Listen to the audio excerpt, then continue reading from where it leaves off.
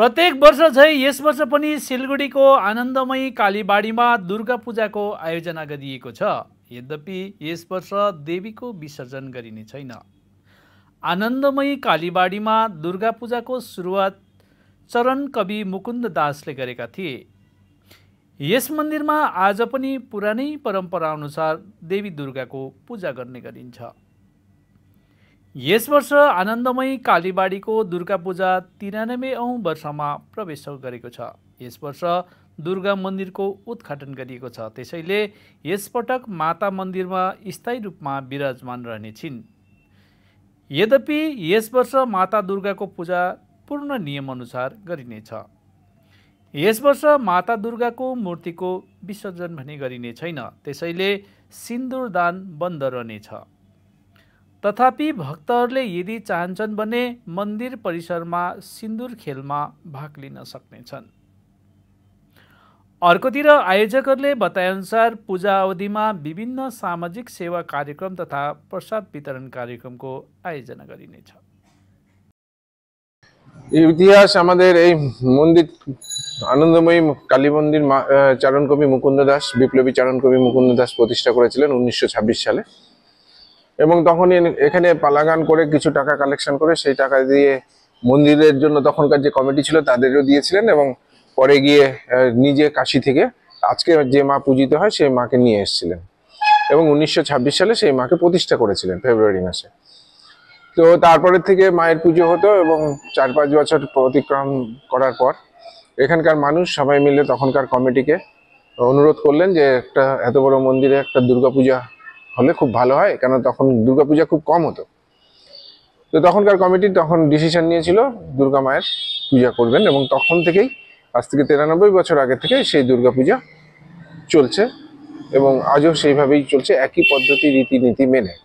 শুধু একটাই পার্থক্য হচ্ছে প্রত্যেকবার দুর্গা মাকে ভাসান দেওয়া হতো। যেহেতু আমাদের এখানে মাকে প্রাণ প্রতিষ্ঠা করা হয়েছে, মার ডেলি ভোগ দিয়ে পুজো দেওয়া হয়, সেই জন্য মাকে এবার আমরা ভাসান দেব না। এবং যেহেতু ভাসান দেব না, ভাসানের একটা অঙ্গ হচ্ছে আপনার সিঁদুর খেলা এবং মায়ের মুখে মিষ্টি দেওয়া, সেই জিনিসটা আমরা এবার বন্ধ রাখবো।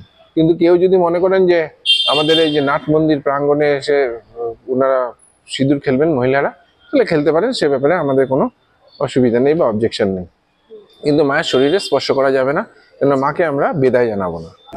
বিদায় আমরা কি করে জানাবো? মাকে তো আমরা প্রতিষ্ঠা করেছি এটা এবং পার্মানেন্ট দুর্গা মন্দিরই আমরা এখানে সেট করেছি এবং প্রত্যেক দিনই পুজো হবে, মায়ের পুজো হবে।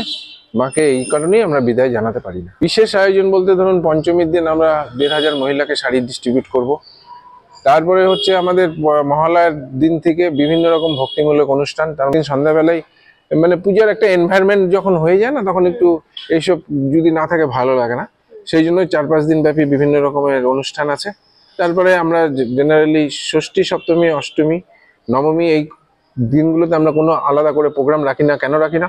আমরা সবাই তখন ঠাকুরমশাই থেকে শুরু করে মেম্বার যারা আছেন সবাই পুজোর প্রতি কনসেন্ট্রেশনটা বেশি দেন এবং পুজোটা যাতে সুষ্ঠু সুন্দরভাবে হয় এবং মানুষের যাতে কোনো অসুবিধা না হয়, সেই জন্য আমরা সব প্রোগ্রামই কাট করে রাখা হয়। কোনো প্রোগ্রামই করা হয় না, শুধু প্রসাদ ডিস্ট্রিবিউশন যেটা নিয়ম সেই অনুযায়ী প্রসাদ ডিস্ট্রিবিউশনটা করা হয়। এছাড়া আমরা কোনো রকম প্রোগ্রাম করি না। তখন শুধু একটাই প্রোগ্রাম থাকে, মায়ের আরাধনা। অ্যাকচুয়ালি এই মন্দিরের সাথে স্বাধীনতা সংগ্রামীর বিভিন্ন ইতিহাস জড়িত আছে এবং মেনলি যখন মা কালীর মন্দির ছিল তখন তো এই জায়গাটা আমাদের টিনের একটা মন্দির ছিল, ছোট। এবং আমরা শুনেছি বা আমাদের এখানে কিছু লেখা কাগজপত্রও আছে যেগুলো আমাদের কাছে আছে, সেখান থেকে আমরা জানতে পেরেছি বিভিন্ন বিপ্লবীরা এখানে আসতেন। যেহেতু টাউন স্টেশন বলতে শিলিগুড়ি স্টেশন বলতে তখন টাউন স্টেশনে ছিল, তখন তো আর এনজিপি ছিল না। তো বিপ্লবীরা এসে এই আমাদের মন্দিরেই ওনারা থাকতেন, বিভিন্ন রকম শরীর শিক্ষা নিতেন, এইভাবে বিভিন্নভাবে তখন করা হতো। তো সেইভাবে ওনারা তখন ব্যায়াম করাতেন, এখানকার লোককে বিভিন্ন রকম লাঠি খেলা শেখাতেন, মানে এখানকার সারাউন্ডিংয়ের লোককে যাতে আকৃষ্ট করা যায়, হয়তো বা এখানকার লোককে বিভিন্ন ধরনের ট্রেনিং দিতেন বিপ্লবী সম্বন্ধে। এইসব ব্যাপারগুলো আমরা জানতে পেরেছি। দুর্গা মন্দির ওপেন হওয়ার পরে থেকে আমাদের ভক্ত সংখ্যা প্রচুর বেড়ে গেছে এবং আমরা আশা করছি এবার দুর্গাপূজায় প্রচুরই ভিড় হবে এবং প্রত্যেকবারই ভিড় হয় এবং আমাদের পুলিশ প্রশাসন যথেষ্টই সহযোগিতা করে। ওনারা ফোর্স পাঠান, ladies force plus gents force সবই ফোর্স পাঠান, প্লাস হচ্ছে আমাদের নিজস্ব ভলেন্টিয়ার্স থাকে।